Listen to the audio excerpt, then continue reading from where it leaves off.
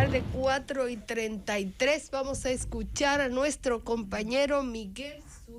Surún Hernández.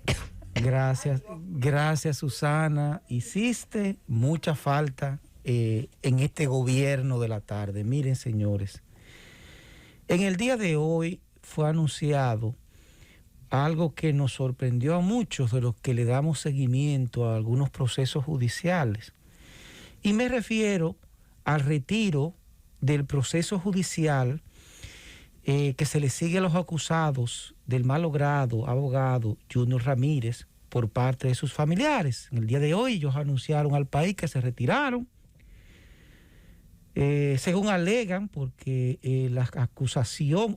acusaciones presentadas pues son corruptas, fueron instauradas, instrumentadas con el ánimo de encubrir.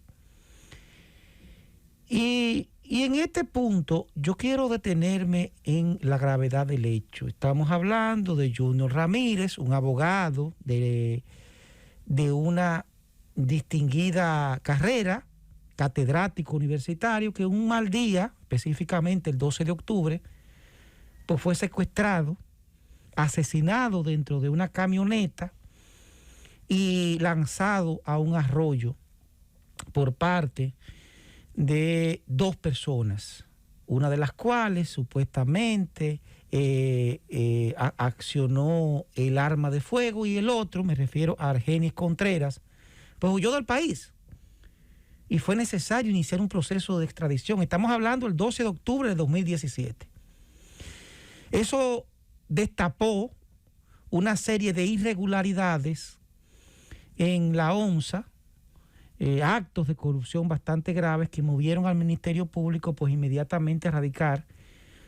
no solamente una acusación por homicidio, secuestro, y en este punto es importante mencionar que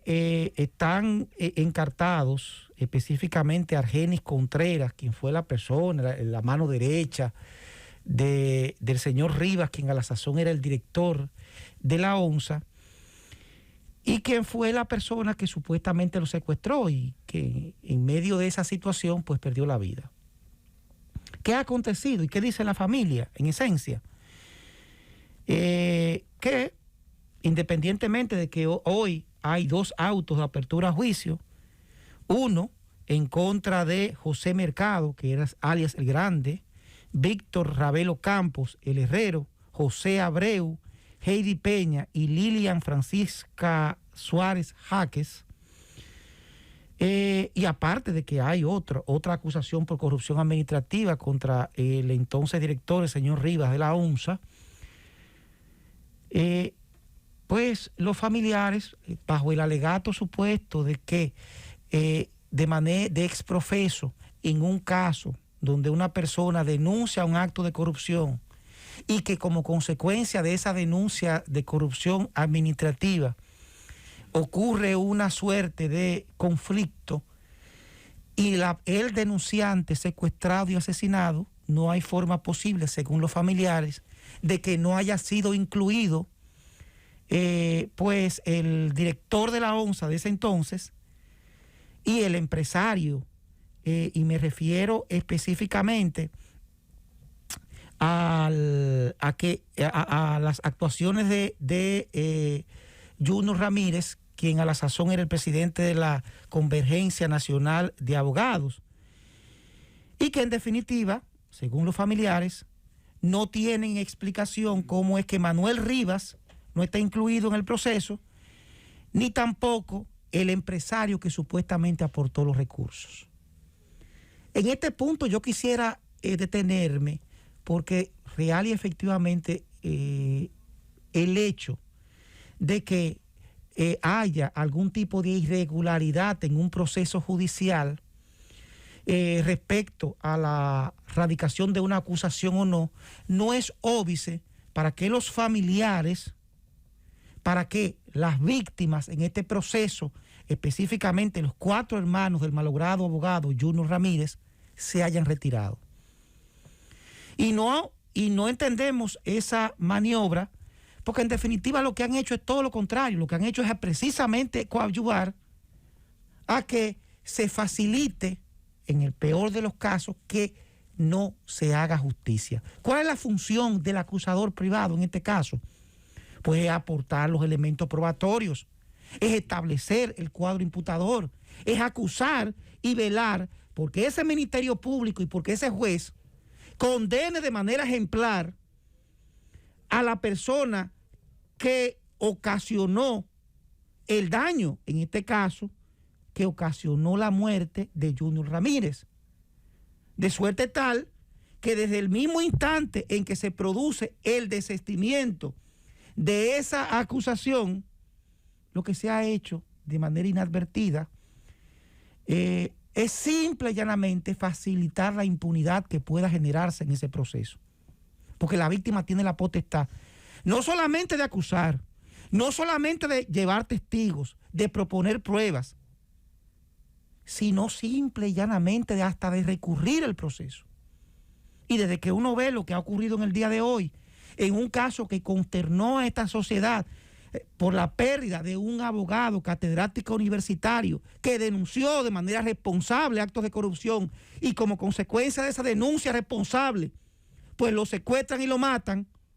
uno no explica cómo, cuando ya se está cerca, por lo menos de lograr la condena ejemplar de los autores materiales de ese secuestro, de ese asesinato, me refiero al de Junior Ramírez,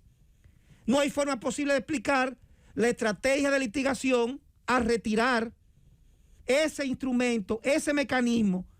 que tienen esos familiares de verificar y velar, porque los que mataron a su familiar pues sean ejemplarmente castigados.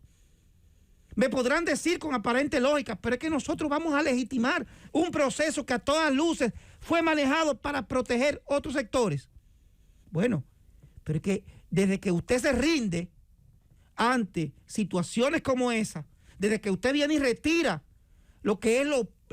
las vías que le otorga la ley para exigir justicia a través de los tribunales, usted lo que está haciendo es simple y llanamente legitimando y facilitando que ahí se pueda hacer cualquier cosa. Yo particularmente entiendo que el retiro de la acusación por parte de los familiares acaecido en el día de hoy, de confirmarse esta información que ha salido en varios medios, pues le hace un flaco servicio a la Administración de Justicia en la República Dominicana. Le hace un flaco servicio inclusive a la memoria de Junior Ramírez. Le hace un flaco servicio inclusive a lo que pensamos que cuando me matan un familiar, mi deber es hacer lo humanamente posible y hasta lo imposible por lograr que por lo menos los autores materiales de ese hecho sean ejemplarmente castigados. Y la única manera que está contemplada en la Constitución y en la ley, en un Estado de Derecho,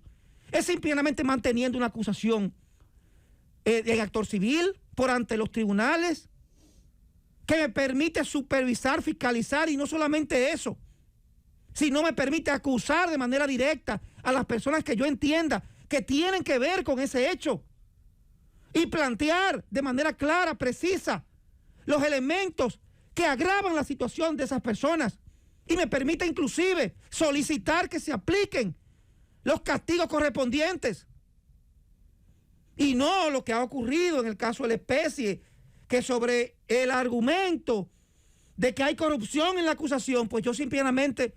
me retiro del proceso, le dejo la puerta abierta a cualquier situación que pueda pasar, porque en este momento, a la luz de la ausencia de querellante en un homicidio que es fundamental para que el juez, o los jueces en este caso, porque es un tribunal colegiado, que están verificando el proceso, vea que a quien mataron tiene dolientes, vean que a quien mataron era querido por sus familiares, vean el daño que le ha causado no solamente a la sociedad, sino a ese núcleo familiar. Porque desde que el juez ve que en un proceso el único que está es el Ministerio Público, que no es ni cata ni garrapata del muerto, estoy hablando en lenguaje llano, el juez va a pensar, bueno, pero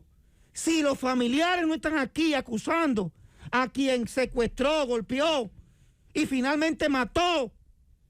a Junior Ramírez, ¿qué? ¿qué importancia tuvo? ¿Qué importancia tiene castigar? Y me dirán, sí, el Ministerio Público, representante de la sociedad. Señores, el proceso penal, el juicio penal, es un juicio eminentemente emotivo. Es un juicio donde los jueces, independientemente de que palpan, analizan los elementos probatorios, tanto documentales como testimoniales, evidentemente son afectados por lo que es la reacción de los familiares ante la descripción de los hechos. Y desde el mismo instante en que no hay familiares, desde el mismo instante que no hay dolientes, estamos planteando el camino directo, si no a la impunidad, a la aplicación de un castigo que no es acorde con la gravedad del asesinato de ese abogado. Llévatelo, Francis.